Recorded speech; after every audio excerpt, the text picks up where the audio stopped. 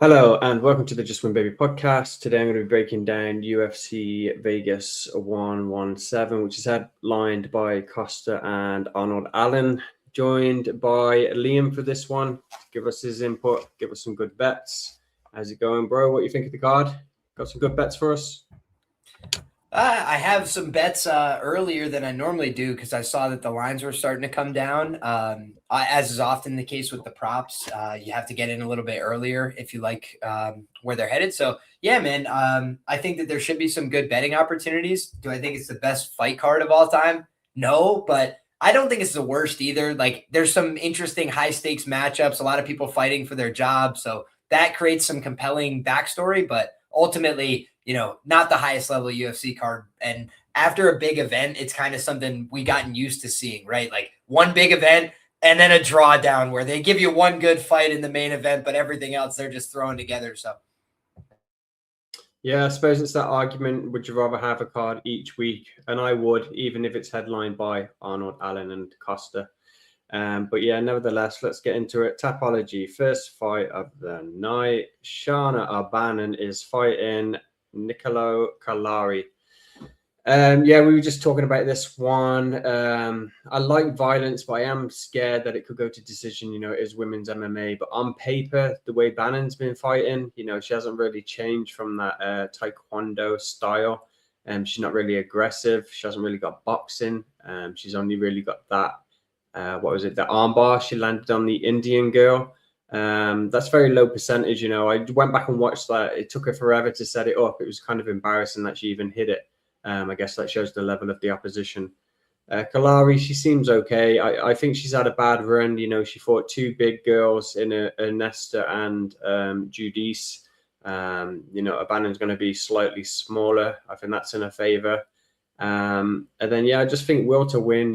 She's good everywhere. Calari, she's aggressive. She's got the body lock takedown. As long as she avoids that armbar, I think she's good here. So I got a Bannon at sub or bust, but I think Calari makes work of her and probably finishes her in round 2-3. TKO's on as well, man. If she gets mount, she's a scrappy little girl.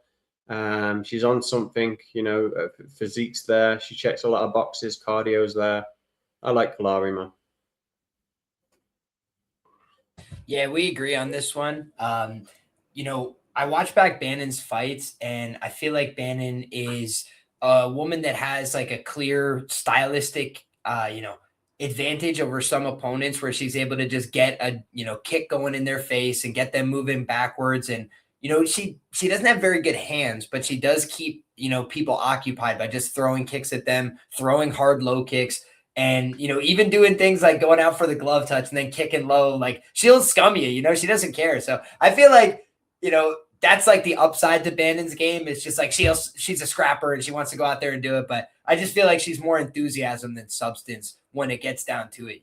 You mentioned the arm bars off her back. Like it's basically all that she really has shown us. Like an ability to throw up consistent arm bars. If you're somebody like Arde Leon, who is not very versed on the ground, and you just sit there and let her throw up like 10 arm bars in a row, she looks like she's competent. But, when she faces real resistance, like she did against Sam Hughes, she completely fell apart on the ground and got beat up there. So I feel like against Calari, her problem in her last few fights was she's fighting big, tall women that are kind of hard to take down and that are beating her up while it's on the feet. So you get more tired and you spend a lot of energy shooting for takedowns and they're not coming. I think Bannon has terrible takedown defense. I think her style of being really upright in her stance to kick and being on one foot all the time, those are like two things that are not conducive to defending takedowns. And I feel like just physicality for physicality, you've got a real, strong woman who was competing physically at 125 against somebody who just doesn't really pass the physicality test at 115 against the smaller opponent she's fighting. So I think that this should be Calari getting the job done with her physicality. The only downside, I think, to her game is just that she's very basic on the feet. She kind of just spams hooks and is a little bit, obvious with her pressure, but I feel like her takedowns are going to be really effective here. And she's attempting a lot of takedowns, like 14, I think, against Karascate. I think if she attempts 14 takedowns against Bannon, she'll have gotten, 9 and she'll have probably finished her on the mat. So yeah, just give me Calari here. And I think she probably finishes. Yeah, glad we agree, man. She's a bit of a giraffe on the feet. Bannon. I think she was saying there was some injury in her last camp, and she's using that as an excuse for the loss to Sam Hughes, and she's ready now. We'll see about that. I don't really see her training with anybody, to be honest. So yeah, there's a level in the training these girls are getting. Anyway, next up we have Daniel Barez against Luis Gurule. I'm taking Barez. It's kind of hard to pick a winner in this one. Neither are very good. Gurule 0-3. Hasn't won a fight in the UFC. Barez, I think his only win was Altamirano, so nothing to write home about. I don't think there's a high ceiling for either of them, to be honest. I think it's hard to call this one. I'm going Barez. Basically, just think he's a bit better everywhere. I think if you're breaking down Gurule, he's a wrestler with a fucking right hand, but his wrestling's a bit mid. He doesn't really use it offensively. He likes to stand a little bit too long. And if you're faster to the punch, you can touch his chin. You know, he was getting dropped by a jab. You know, losing to Jesus Aguilar on the feet. So yeah, for that reason, I can't take him. So it's Barez for me. And now he's gone to underdog as well. So bonus. Hard fight to call though. Yeah, I agree with you. I don't think this is an easy fight to call, but I'm going to default to, you know, I feel like Gurule is just a better fighter than what we've seen from him so far in the UFC. And, you know, maybe you want to chalk that up to the guy got old overnight, but I just feel like on the regional scene, we saw, you know, a little bit more dynamic offense. And we just saw a guy who was more aggressive in all positions. And I thought that he was a really tough fight for, you know, a few of the guys that have been, you know, trying to wrestle and grapple him, like Nick Piccinini. He's like a New York wrestling legend. And I know he's struggled a little bit recently in his MMA career, but that guy can really wrestle. And Gurule was able to shut down his offense. And I do feel like Gurule, the thing about him is when he's not getting clipped on the chin by Ode Osborne, the guy's just pretty consistent to be out there for 15. And I feel like that's the opposite with Barez. It's just like, he's been submitted 4 times in his career. I think the submission loss against Filo is fine in, you know, isolation, but then you look at exactly how it went down and you're like, whoa, like, you know, he was beating Filo's ass and then it just looked like he death gassed in 2 minutes. And I think part of that was an adrenaline dump in his UFC debut. But then we also see against Andre Lima, I mean, Lima just beat 7 shades of shit out of him on the feet. And the sub was kind of a formality at the end there. But I felt like he was slowing down in that fight. I felt like he was getting out grappled. And that was the first submission win of Andre Lima's career. I think Lima's a good fighter, but Lima was able to just dice him up on the ground. I think that's his second UFC finish. The other one was a bite. So, yeah, I just feel like when we look at those kind of contexts, it's like, man, Barez, like, he's never been knocked out before, but he's 37 and he got his ass whooped in his last fight. And, like, he took a shit ton, you know, as much damage as you could take before getting submitted, basically. He looked like, you know, red in his face, red in his body. He was just getting beat up bad. And I feel like Gurule, not as dangerous as a guy like, you know, Lima on the feet. But I do think that the one thing that we haven't really seen from this guy is him getting dominant top position, because he's either going against guys that are defending his takedowns or guys that are better grapplers. And I feel like in this fight, after 2.5, 3 minutes, he's probably going to be the better grappler by a margin just because of pace. And the thing is, he trains in Colorado. The guys that train with him, like Brandon Royval and these guys, are like, he's the best jiu-jitsu guy in here. And then he goes out there and submits nobody and takes down nobody. But it's like, do I know he could wrestle? I do know it. I've watched his wrestling matches. The guy was a quality wrestler when he did wrestle. And then do I know he could do jiu-jitsu? The guys that are, you know, training with him that, you know, go with him on the mats every day say he's very legit on the mat. So if that's the case, unless Barez knocks him out, I just feel like Gurule's probably got better gas and more likely to get top position over the course of 15 minutes. So Gurule via sub or decision was my pick. Not extremely confident. I just think that that's the way I see it going down. It's like Gurule is fighting for his job, and I don't think he's going to want to be entertaining or go out there and take risks. I think he's going to try and nut snug, you know, get in there, hold on to this guy for dear life, and just make it a boring grind, or, you know, tap this guy out if he gets tired. Yeah, I think it goes one of 2 ways. Pretty much how you describe, you know, Gurule, he is more composed. You know, he's the guy who has been to decision, albeit losing him. So yeah, you know, grind out round 1 and then run away with it in round 2, 3. And yeah, maybe he could finish, you know, Barez just kind of like fall apart on his own and winning against Altamirano. Like I said, Altamirano is like lowest of the low. So Yeah, I might have to rethink my Barez, man. Like I said, I wasn't confident on him, but it's a tough one. Next up, we have Alice Ardeline against Polly Viana. Yeah, I'll start off on this one, man. I'm taking Polly. I like her a fair bit. I put her out as like a free breakdown this week. It is a bit of a fade on Alice as well. I think they're leveling in competitions, just like stark between them. Her last fight, Alice, was Ruiz. She pissed me off. I had her to finish and rain props and all this shit. I thought, easy, man, take her down. You're a big fucking butch girl. Get on top of her and do whatever you want. And she went out there and kickbox. I've seen it before. They want to go and test out their fucking new shit and don't do what comes easy, the path of least resistance. So she's kind of like on the blacklist for me, Alice, doing that. And then this fucking fight camp, I was doing research, went and checked her Instagram, and from like April 21st, for whatever reason, she's been wearing like a knee brace on her fucking left knee. And it was still their fight week like 3 or 4 days ago. So I don't know what's up with that, man. I don't know what the need is. I haven't seen anything in interviews, but that's like a bit concerning. And I watched like a little snippet, a reel as well, where she was talking about how she's just going to give it her all. She's scrappy, like she's not going to change. She's just going to go in there and like throw down. And that kind of has been a style, man. That's how she came up. She had like this infamous fight on the regionals. It was like bloody back and forth, and she won it. A gutsy performance, but. I don't even need to go check. That girl was probably 0-4 and nobody. Like, a level of competition has been real bad. So Polly, good at the jiu-jitsu. I think she can sub if it goes to the ground, but she can also TKO a man. So that's not out of the question at all. Polly has KO girls before Frey. She's totally capable. Alice, like she said, if she wants to throw down and just go for it and have a war, Polly will do that, man, and the KO's like plus 1,000. So I'm interested in Polly and the finish props, man. Yeah, we're going to largely see this one the same way. I would say the only difference being I kind of lean towards the sub here. I know the number's bigger on the KO, and just like from a theoretical standpoint, oftentimes I do split like ITD and then the bigger method market, something we've discussed before. But in this case, I did see like a off market type of sub price, and I grabbed that for what I could. Just because watching Arda Leon's fight back with Shauna Bannon, she looked really green on the mat, just straight up. And she was able to survive some of those positions, unlike Pooja Tomar. But like Pooja Tomar is the worst grappler in the division, like pretty much straight up. So it's just like, okay, so she's the second worst grappler in the division. Congratulations. Like it doesn't seem to me like Arda Leon is a very good grappler. And what it does seem to me like is that she's physical. And that has deterred a lot of her opponents that are small, that are not very physical for the 115-pound division.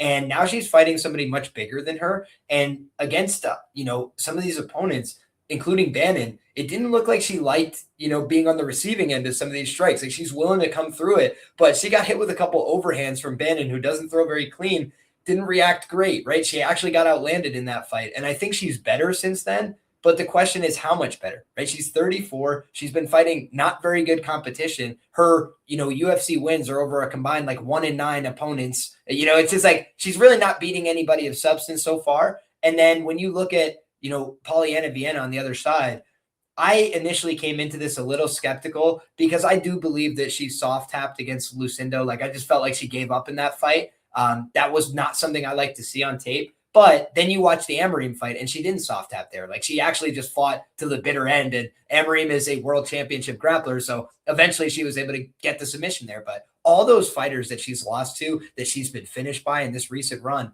they have winning records in the UFC. They actually go out there and beat people using skill, and they're good. So I just feel like Arda Leon is like all will, all enthusiasm. We kind of talked about a fighter like that in the opening fight with Bannon, right? And Bannon was able to beat Arda Leon. Like she was more skilled and was able to match the enthusiasm gap. And I feel like Polyana Viena, for as lackluster as some of her performances have been, she's a violent woman. She has a very rare, distinction as somebody that's finished 12 of her 13 wins in the first round, 13 out of 13 inside the distance, virtually unheard of for WMMA. And she's done it at the UFC level. She knocked out a woman cold at the UFC level. She knocked out Amanda Hebos in 2015, who went on to have success at the UFC level. And then you look at, okay, on the ground, this woman's dangerous. And I think Arda Leon is kind of a fish waiting to be submitted on the ground. So yeah, as far as I'm concerned, man, I see it the same way as you. Also, Viana can kind of match her social media numbers. Most people ain't sniffing Arda Leon's numbers, but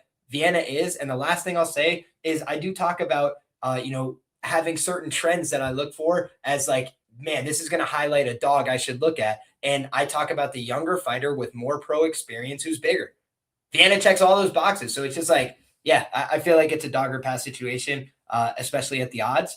I do think the path for Arda Leon is just more volume over 15 minutes and, outlasting Vienna. But I feel like that's easier said than done for her, given her skill set. So let's find out.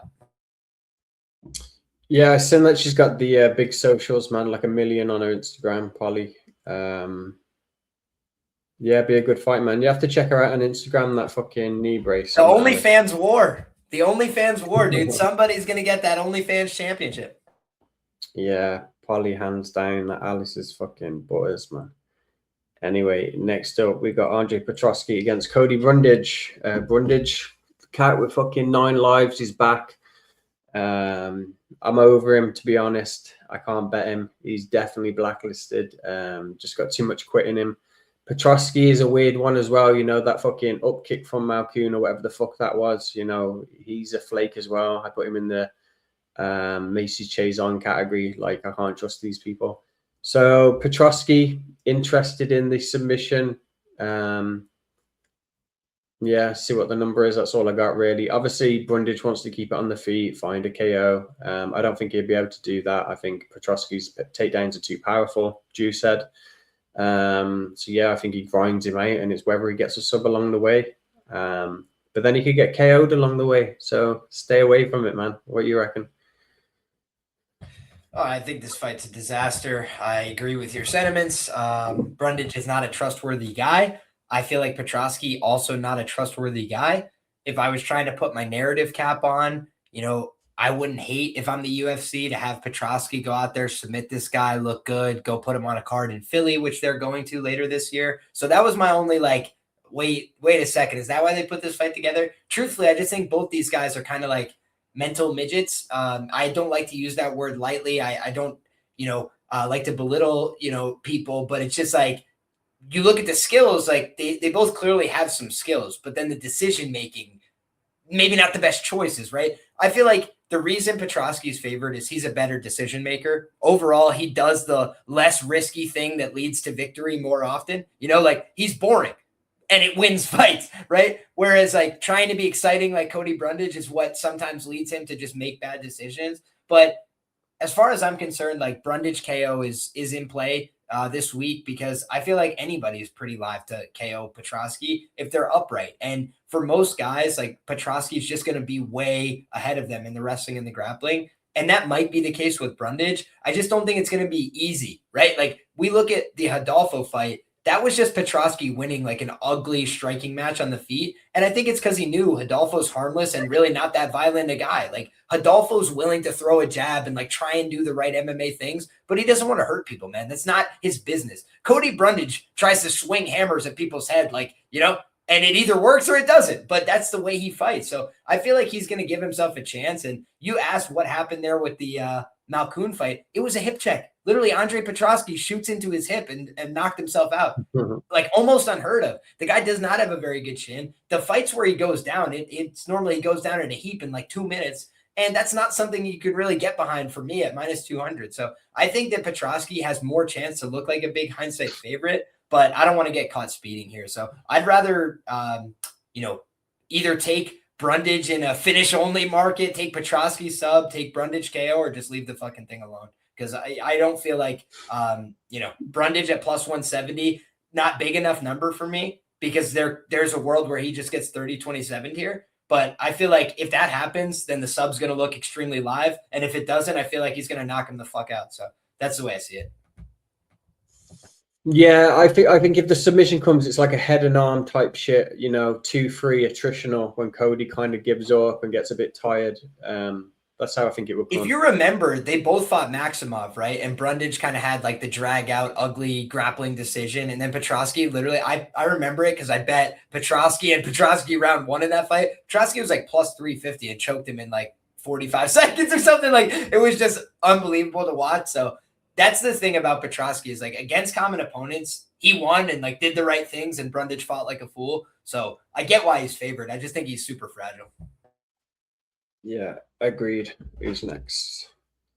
Next up, we have Caitlin Vieira against Jackie Calva-Conte. I'm not a fan of Jackie at all. I can't wait for her demise, to be honest. She's like on a 5-fight win streak. The last one was Breno Silva, who she really should have finished. You know, these girls disappoint, man.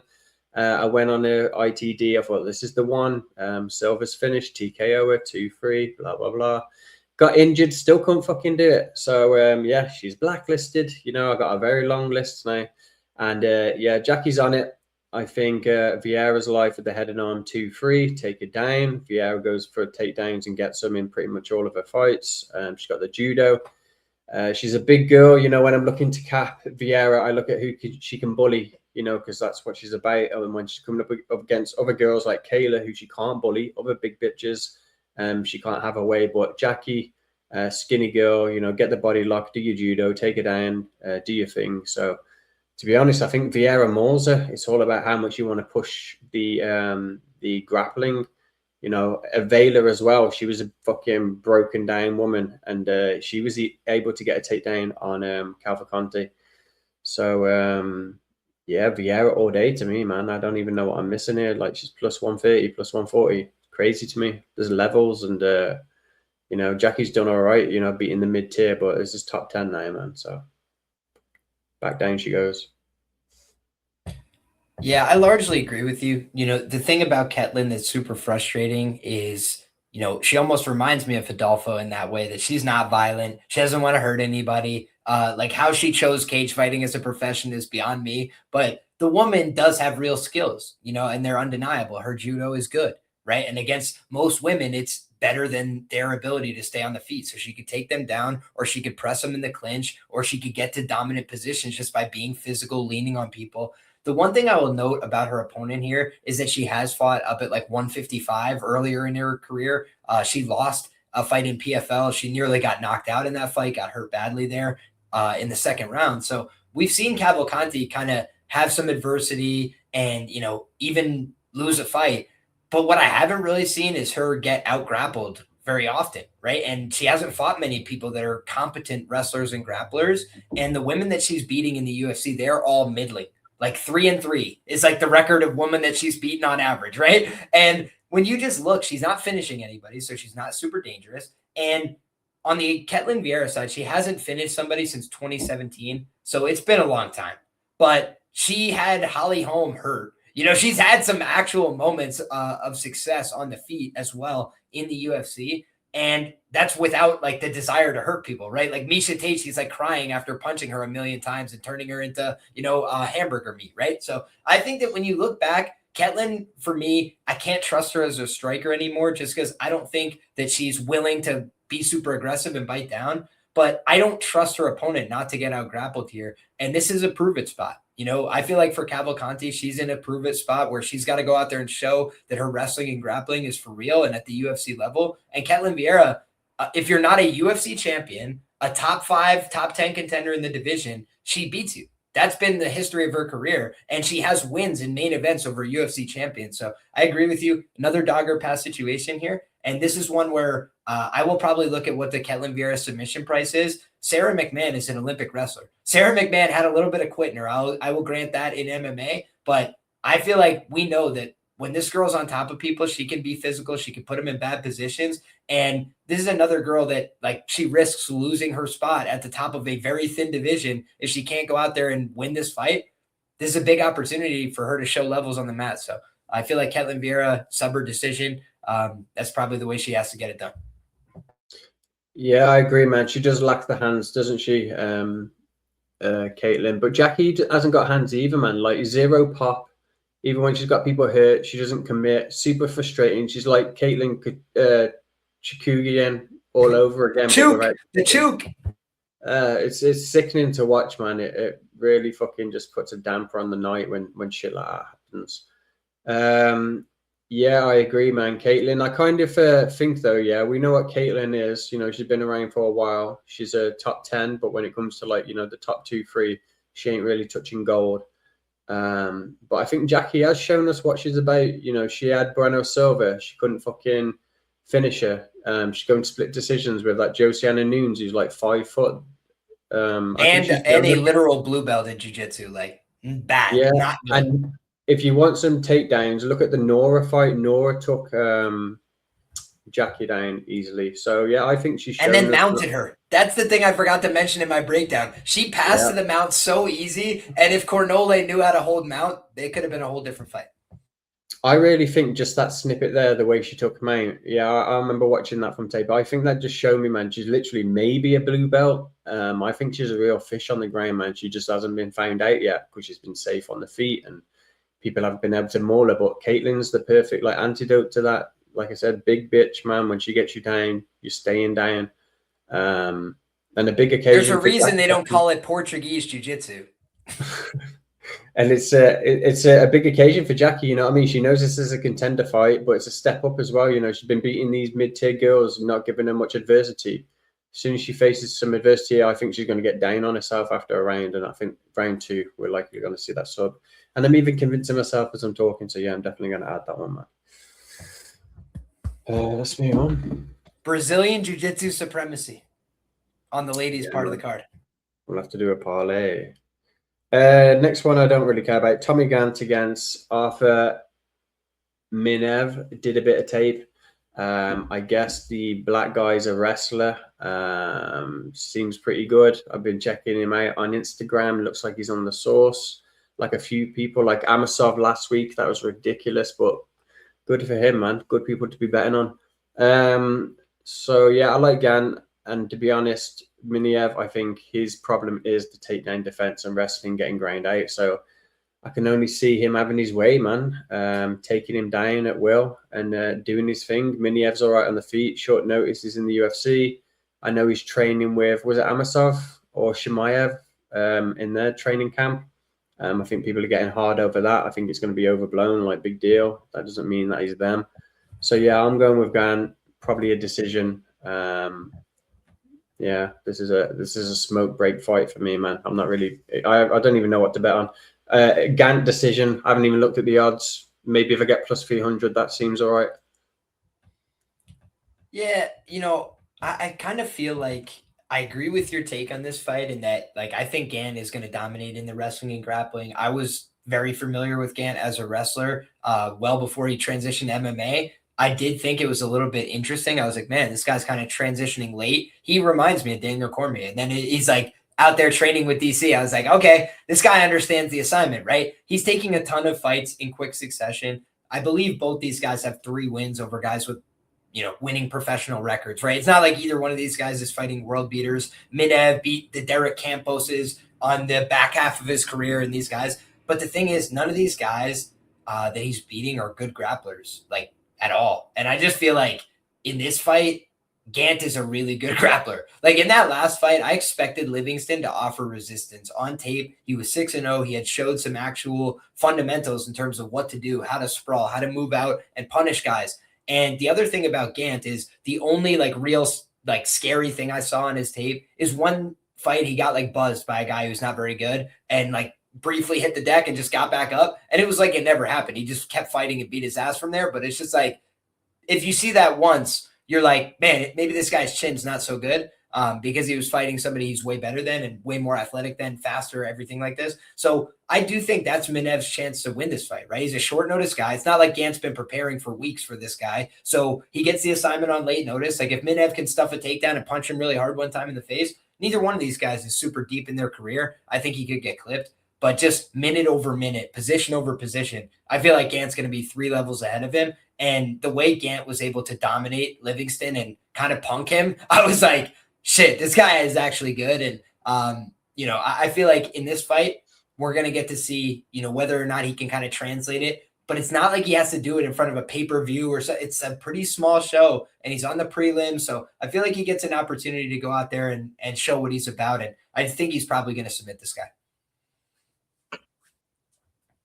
Yeah, I like that for short notice opposition. You know, when they're coming in, happy to be in the UFC, you got your contract. You know, give up the sub 2-3 when you're tired. You know, give a go of it And round if he one, and then actually there's cuts no to stress. 55, I don't know if he's going to cut all the way to 55 because he took it on like Tuesday, but he looks pretty muscular to be cutting, whatever Right he away. cuts, probably 20, 25 pounds in, 4 days.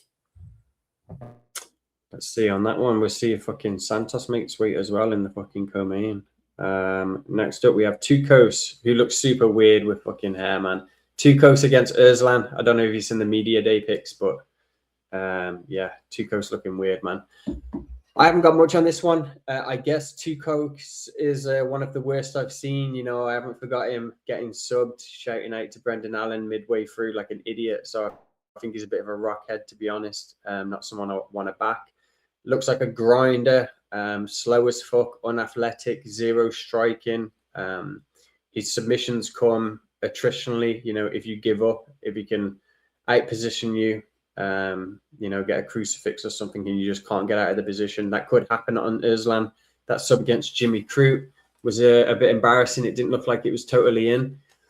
But it is Jimmy Crute, and I think there's levels. I think Jimmy Crute's submission game and top game is completely different from someone like Tukos. You know, Tukos is more like a Malkoon.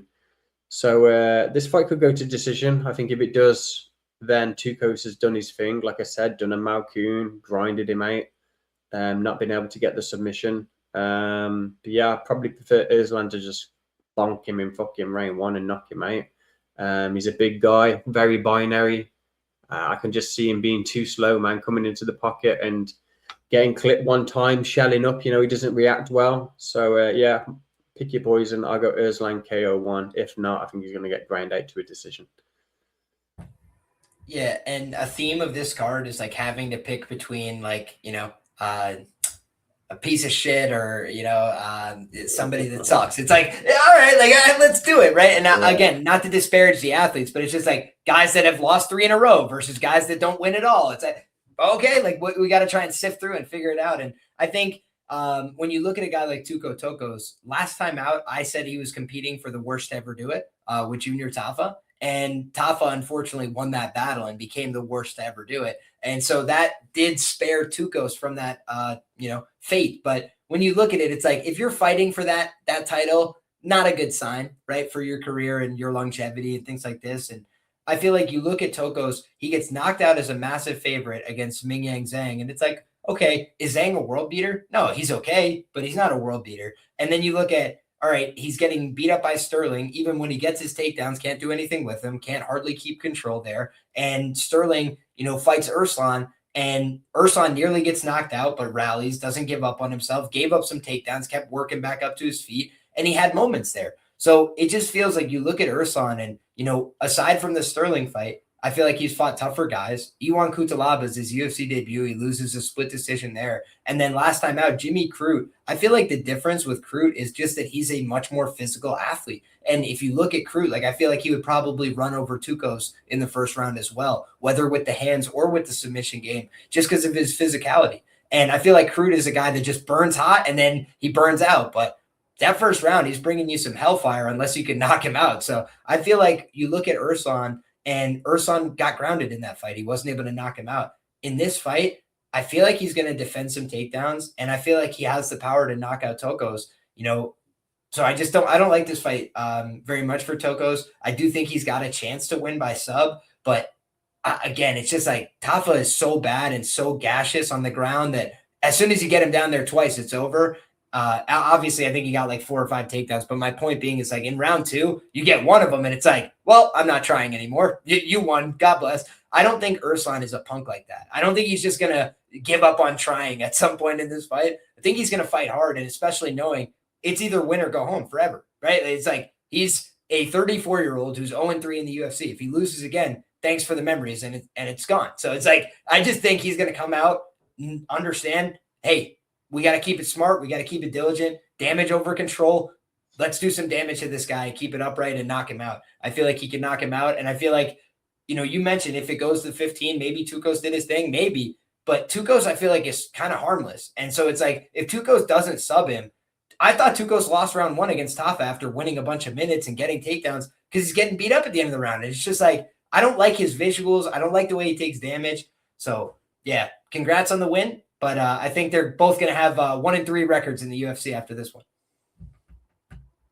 Yeah, Erslan KO. Now you're right, and Junior Taffa, man, he is the worst of the worst. I remember capping him last week. I even fading him with fucking Christian, so it shows how much I think of fucking Taffa. Anyway, next up we have Veren against Khaos Williams. The story of this fight is Khaos Williams. Is he mentally stable? Is he ready for a comeback 2.0? Because he's looked like shit in his last performances. Got grinded out by Gustafsson. Not a good look, because then Gustafsson got wiped out by Renat in his next fight. I'm a Khaos believer. I think he wins this fight. I think he's sorted out whatever mental fucking problems he had. I think he was all about the gram and spending money and all that shit. So yeah, I think he sorted his life out a bit. I think we're going to see the Khaos of old. I think he'll have cardio for the 3 rounds. He's got KO power. I think he can actually grapple in this fight. It is about the opposition as well. Veretennikov, he is one of the worst. Prado was taking him down. That wasn't a good look. Puna, I know he's a good wrestler, but going for guillotine constantly and just being nowhere near getting it, and then laying on your back, pulling guard. Yeah, I think he's got bad takedown defense. Like I said, he stays on his back, he loses minutes. And I think even Khaos can win there. People would be surprised at that. They probably think Khaos by KO or bust. But yeah, Khaos however he wants, in my opinion. Maybe even Khaos by fucking sub. I think Veretennikov's that bad. Gives up his back constantly to people. Did it to Prado. I think he's a fish, maybe a blue belt. I think he's even a part-time Uber driver. I remember that was floating around when he fought Paige Van Zandt's fucking husband. So yeah, Khaos, man. I think people forget Veretennikov's absolutely shit. Yeah. Yeah, I'm going to just largely agree with you here. Khaos has been on tough times lately, but I feel like a win over Carlston Harris, a win over Miguel Baeza, win over Abdul Razak Al Hassan, probably all better than anything Veretennikov's ever accomplished, right? The Prado win via split decision, not very good, right? Very ugly fight, back and forth. Prado's 1-5 in the UFC. He's gotten rinsed in most of his fights, right? You look at the fight with Nico Price. I mean, Nico Price is the most washed guy on the roster, and now he's not on the roster anymore. We wish him well in retirement, but literally, like those fights that he was having at the very end, he almost knocked himself out against Michael Chiesa in like 30 seconds, right? So you just watch, and again, hats off to Veretennikov, did his thing, bounced back, got some wins. I actually think that he looked like a better fighter 5 years ago on Contender Series when he fought Michael Morales, honestly. And when you look back at that, Morales was like really trying to aggressively wrestle and grapple him there at certain points. And once he started to do that, he was able to, kind of take over the fight and start, giving it to him a little bit. But even in that fight, a young Morales did struggle with his physicality. I just feel like in this fight, Khaos is a big, strong physical guy in his own right for this weight class. And when you look at who he's been working with and what he's been doing, he's been embedded with the Justin Gaethjes and the Kamaru Usman. So I feel like he's been working on his wrestling and grappling to try and improve that. And I also feel like he's a pretty dangerous striker, even when he was not very fundamentally sound. He throws calf kicks. He mixes in different tools. So I feel like Khaos Williams, he's shown us he can throw 100 significant strikes. He can knock people out. And again, losing to Bonfim, that hasn't really aged poorly, right? Bonfim's just been a challenge for most guys that he fights in the UFC. So I think that we have to, temper our expectations a little bit on Veretennikov. I don't think he's very good either. I think he's just a mid guy that goes out there and serviceable enough, tries hard, but I don't think he's very good. I just think he's a, dangerous enough striker. So against Khaos, a guy who's never been knocked out, I feel like I have to favor Khaos to get the win. Yeah, and he fights to his level of opposition as well, Veretennikov. He takes what you give him. And Khaos, he likes his fucking little blitzes, and then he goes in for the clinch, wastes some minutes. So yeah, I think he can do his thing, and Veretennikov's just going to take whatever he gives him, man. Next up, Timmy Kawamba against SoPIE, whatever. I'm taking Kawamba, man. Taking him ITD, taking him by submission, taking him by fucking everything. I think he smashes SoPIE. I think the line's ridiculous. Timmy's sitting at like plus 130 or something. The submission's 25-1. ITDs plus 550. It's crazy to me. SoPIE's had 2 fights. One was Oliveira in his debut, short notice, no shame in that. We know he's a big fucker, and SoPIE did almost submit him, but he gassed out in rank 3 and got knocked the fuck out. And then he's been AWOL a little bit, man. 3 fights were cancelled. I haven't really looked too deep into it, but I know he's had 2 fights in the last 3 years. And yeah, the last one was the corpse of fucking Ricky T, man. Ricky ain't been right for a while. Like his last 3 fights, he's been done. So yeah, the level of competition isn't great, to be honest. I don't like his inactivity either. Don't really like his style. You know, I couldn't really pinpoint and, you know, give him props for anything he's really good at. He's okay striking. You know, little T-Rex arms, though. He's a small fucker. Timmy's going to have the height on him. Timmy bigger now, coming into this new weight class. Looking good as well. You know, took some L's early. I think he's learned from them, paid his dues in the UFC, and now we're going to see him on the come up, going on a string of wins. I do like his process. I like his game. He's good, well-rounded everywhere, Timmy. I think we're yet to see his submission game, but hopefully it shows up here at 25 to fucking 1 because I've took it. I got sub rank 3 at 100 to 1, and SoPIE fucking gasses in every fight, so we'll see if that fucker hits. So yeah, I couldn't really say much more about Timmy, man. Pretty much all in on him. What do you reckon? Yeah, I gotta just level with you that I haven't taped this fight back yet. I don't love to see that, you know, Turcios was able to make it the whole 15 minutes with SoPIE. I feel like that's when you probably want to go out there and try and put that away. But, you know, being that he's a guy that relies on the knockout, it is harder to knock out Turcios. He's a guy that a little bit more liable to get submitted. And like Amin Zahabi, right? Kind of a low-key power puncher. He wasn't able to hurt him there because Ricky was kind of just dancing and shadow boxing halfway across the octagon. But if you look at SoPIE, you know, I did think pretty highly of him coming into that Vinicius Oliveira fight. You know, I thought that he had a pretty good regional scene. And when you look back at, you know, All-Stars Training Center, I like their coaches. I do think that they're pretty well schooled, like a Felipe Lima and some of these guys, like they have good baseline skills. But the knockout loss and what led up to it against Oliveira is what I didn't like to see. I felt like he had a death gassing experience there. And if you death gas and like, you know, things don't go your way, that's okay. But then he gets like the worst knockout loss you could possibly get, like after, right? So it's like he death gasses, not great. And then he gets viciously knocked out. His legs were beat to shit in that fight as well. Like it just, everything kind of went really poorly for him there. So then Turcios is a soft landing and he's only had the 2 fights, like you mentioned. So Kawamba, a little bit more activity, a little bit more adversity, right? A guy who's been pushed and then been able to respond and answer back to that.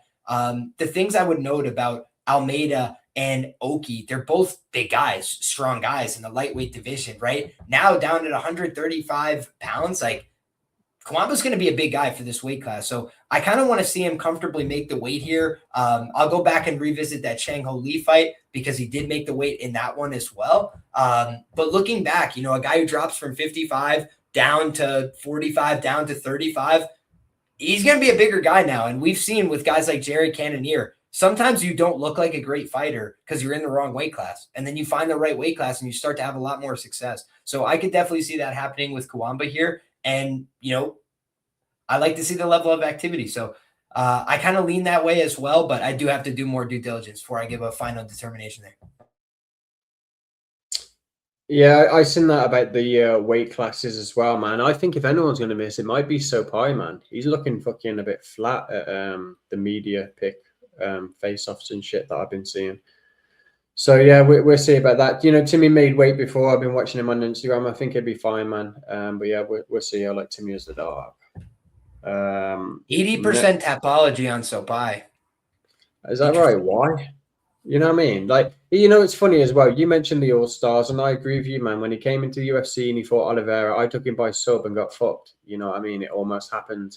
And part of my narrative was he's been All-Stars, you know, training with Chimaev and all that shit. But then you think about it, where you could also say the other thing. So what? He's been a body bag in there. You know what I mean? Getting fucking bummed by them. Like, does that mean he's good? I made the same mistake with Sean Strickland and Chimaev. Well, I didn't. I bet Sean in the end.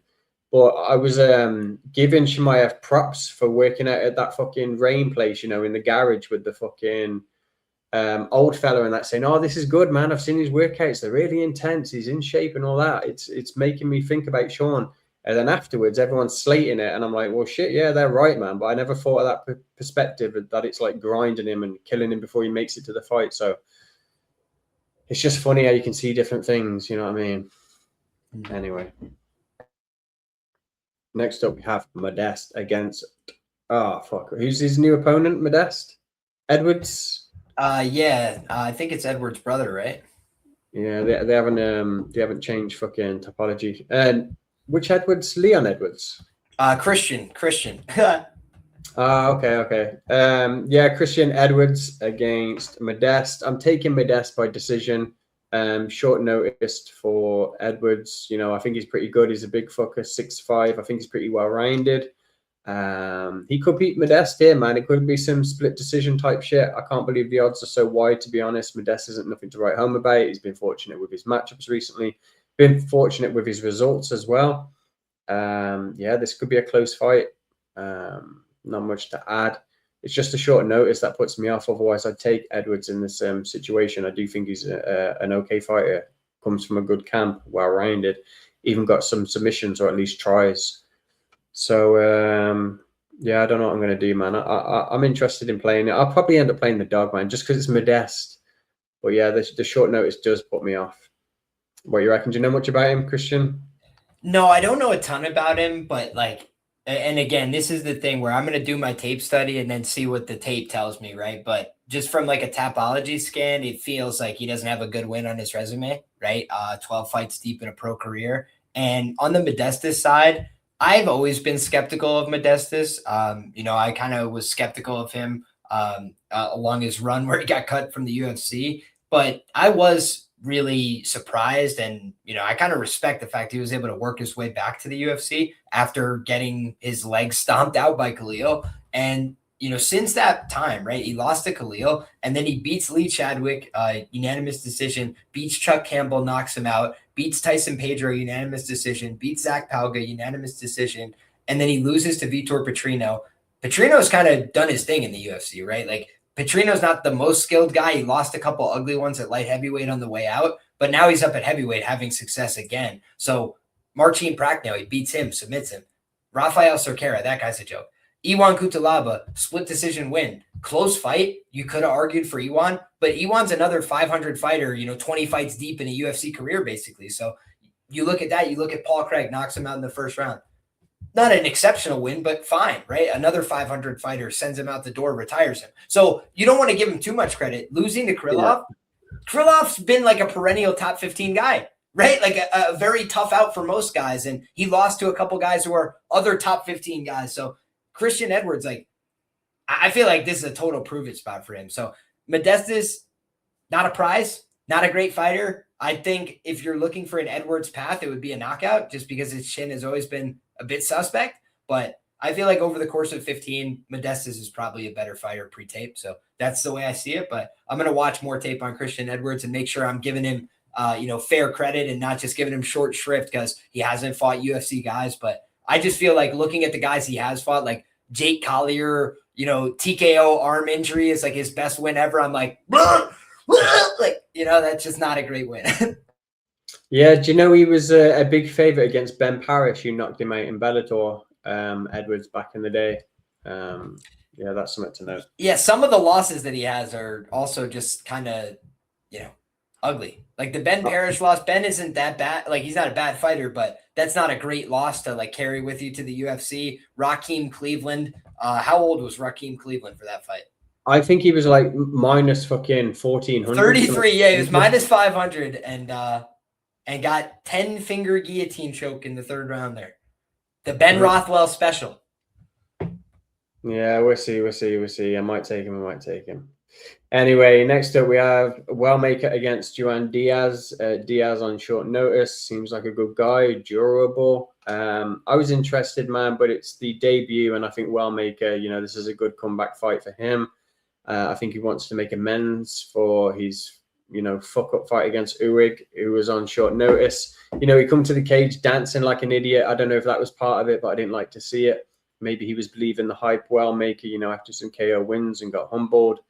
So yeah, I think he's going to be determined to fucking shorten things up here, stop fucking about, have a good game plan, and just make sure you get the W by any means necessary. I do think Wellmaker by decision is a good look. Yeah, Diaz is all right, man. He seems good everywhere. Like I said, he's durable. I think Wellmaker might even mix in some grappling. Maybe doesn't want to fucking, keep it close on the feet.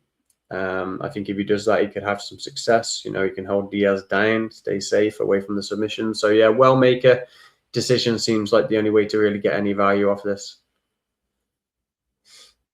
Yeah, I don't know what the price is on Wellmaker knockout. I do think because he's a knockout artist, it's probably priced in. Is that accurate?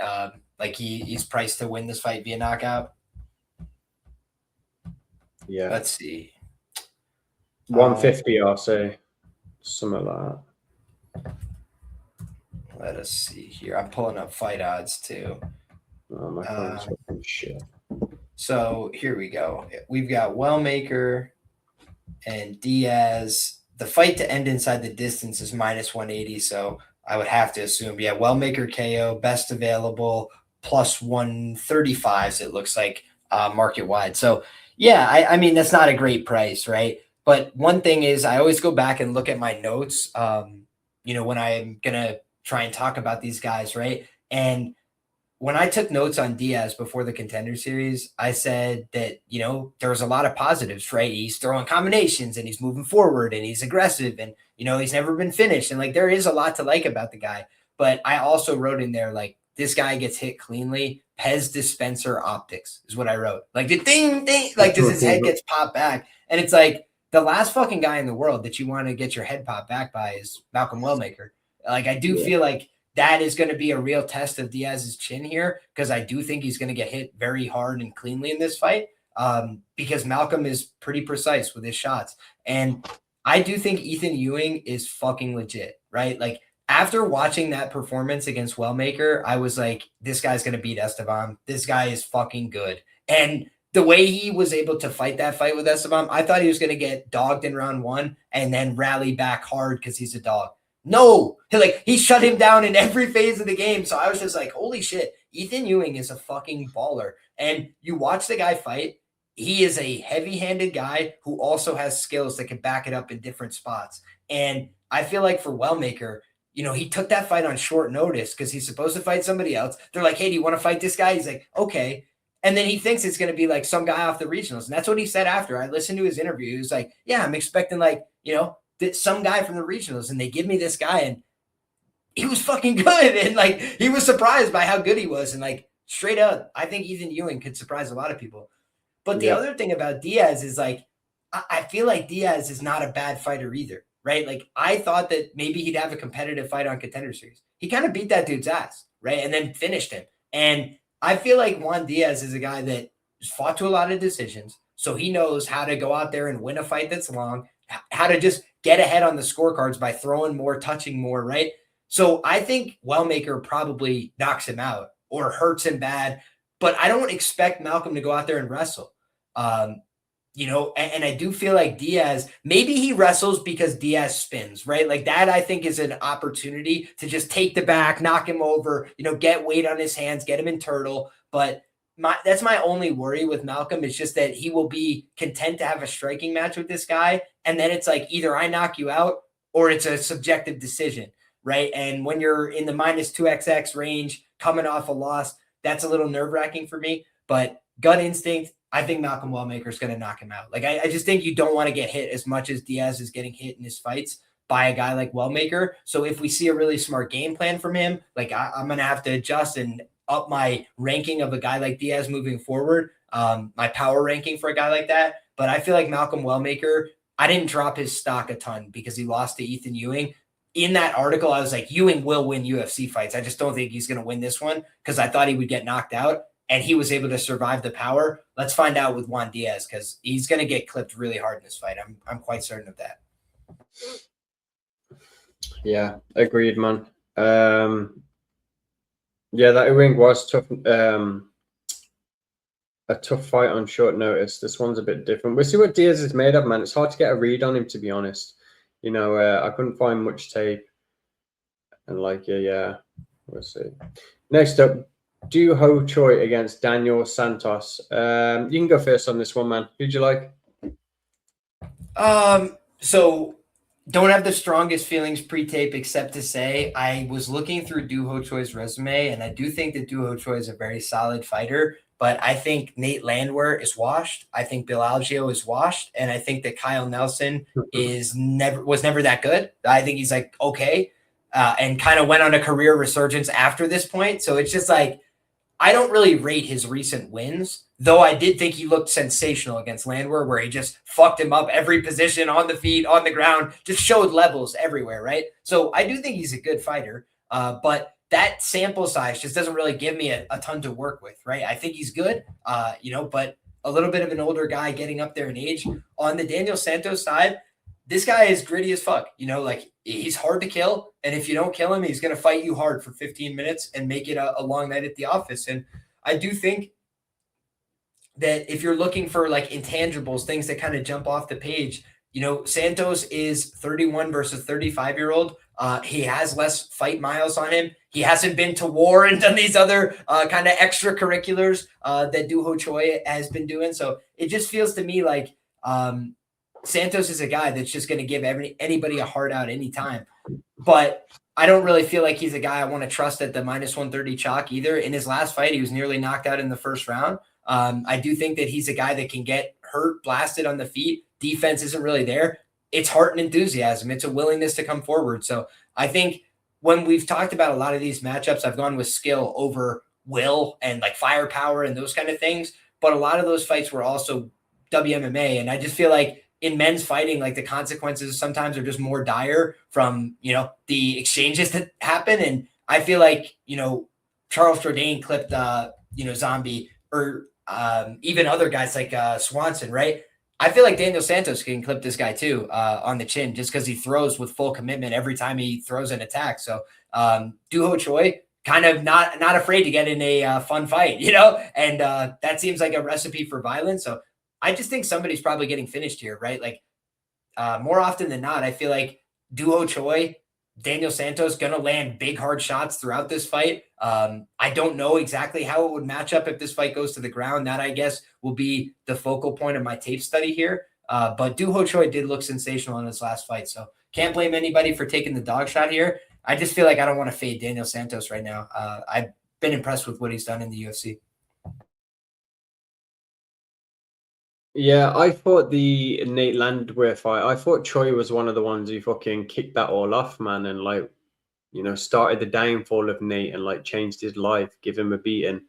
I think he's definitely on the sauce now. Choi, he looks completely different. He's on that Jourdain fucking juice, wherever they're getting that from. So I like that for him.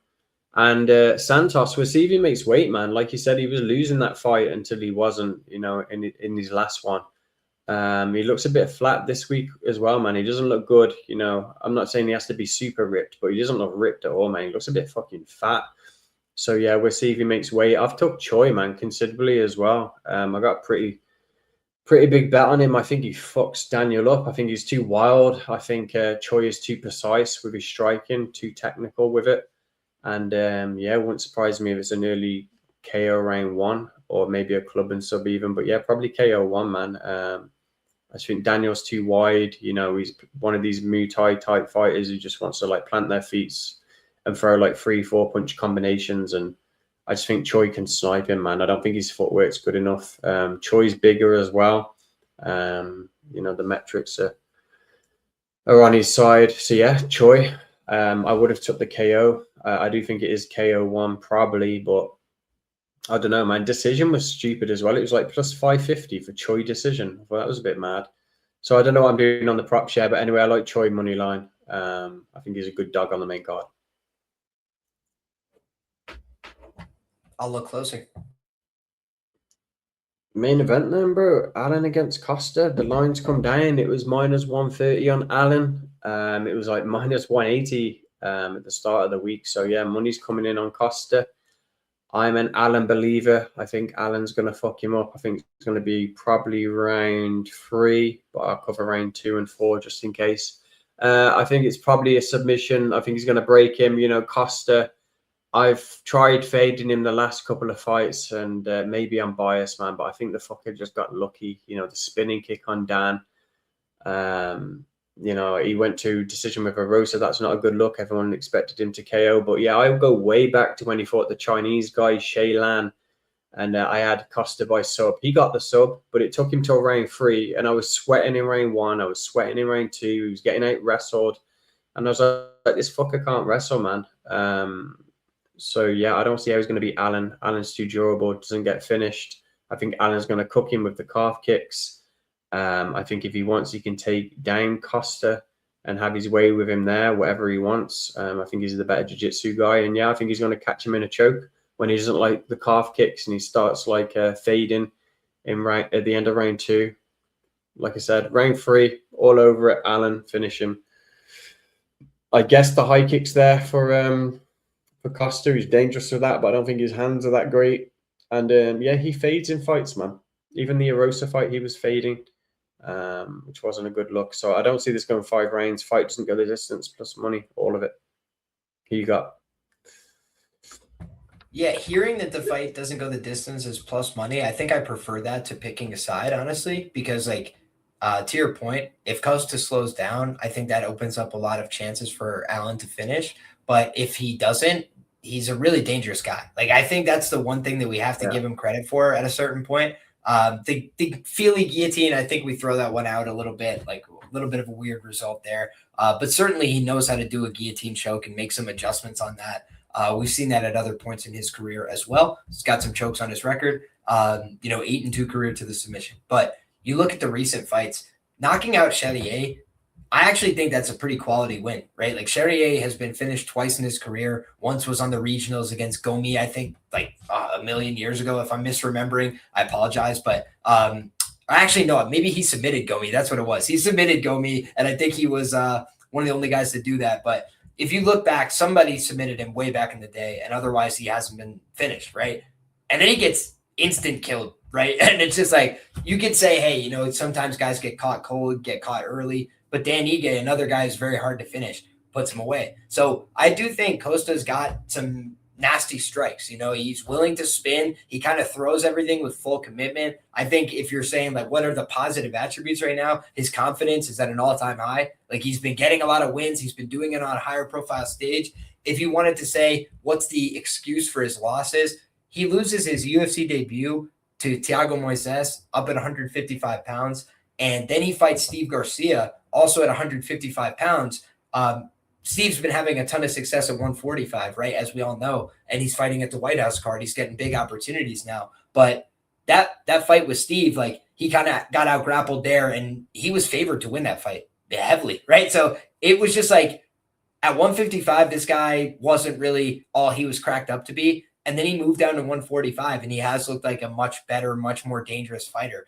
The C-Rod win, it's another example of him going out there and showing he could do different skills in different positions over the course of 15 minutes. So I don't know that I'm sold on Costa, but I do feel like I prefer this fight not to go the distance for one reason and one reason alone. If that fight with Gene Silva and Arnold Allen was 5 rounds, I feel like the fight was over. I felt like Arnold Allen had mentally broken in that fight. Getting surfboarded like that, like, is almost inexcusable for a ranked fighter, straight up. But I'll also say that's Gene Silva, right? And that's a different level of competition. That's a different level of opponent than what Melky's been fighting. And so I do think that when you look at Arnold Allen losing to Movsar, Gene Silva, and Max Holloway, those are fucking really difficult challenges at 145 pounds for anybody. And so I do lean towards Arnold Allen here. I think Allen probably finishes, but I prefer the fight not to go to Allen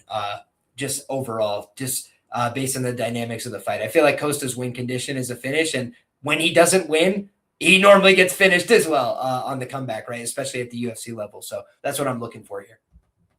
Yeah, it's the jump in the price, man. Like, fight doesn't go the distance is like plus 110. And then on Allen, you're getting plus 290. It's like, shit, man. You're losing a lot of fucking money by not picking a side. But yeah, I get you, man. If you want safe, fight doesn't go is the way to go. Yeah, they were small guys as well, man. Dan Ige, what's he, man? He's one of the smaller guys in the division. He's moving down to bantamweight. Ali just tweeted off his account the other day. Desperation. Well, it depends who they get, man. They're probably throwing him a bone. They like Dan Ige. And they owe him some favors for like the Diego fight. Yeah. Good luck with your bets thing. Cheers for coming on. Let them know where they can find you, bro. Sure thing. You can find me everywhere at Liam Picks Fights. I write articles for Roto Grinders every week as well, where I give analysis for every fight on the card. And on a fight card like this, guys, it's tricky. Having to pick a winner on these fights, I wouldn't wish it on my worst enemy, but we're going to do it anyway. We're going to hope to find winners, and we're going to look for some good betting spots as well. I always say to end off these shows, God bless, good luck, enjoy the fights. That's all I got to say. You can find me everywhere at Liam Picks Fights. Thanks for having me, man. Yeah, man. When's your show? You doing it tomorrow?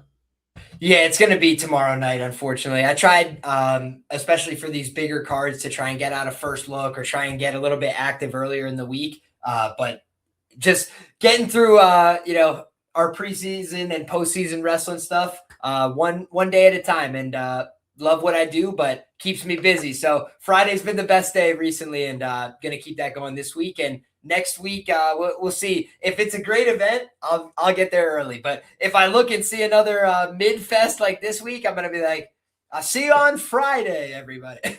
But it's funny. I swear it's like a China card, Macau or fucking Bangkok or some shit. So yeah, good luck with that. You got a bunch of Chinese names to learn, man. I love it. We'll dive deep. We'll find the next Road to UFC prospect or something. Okay, man. Yeah. Peace out. Let's end this thing.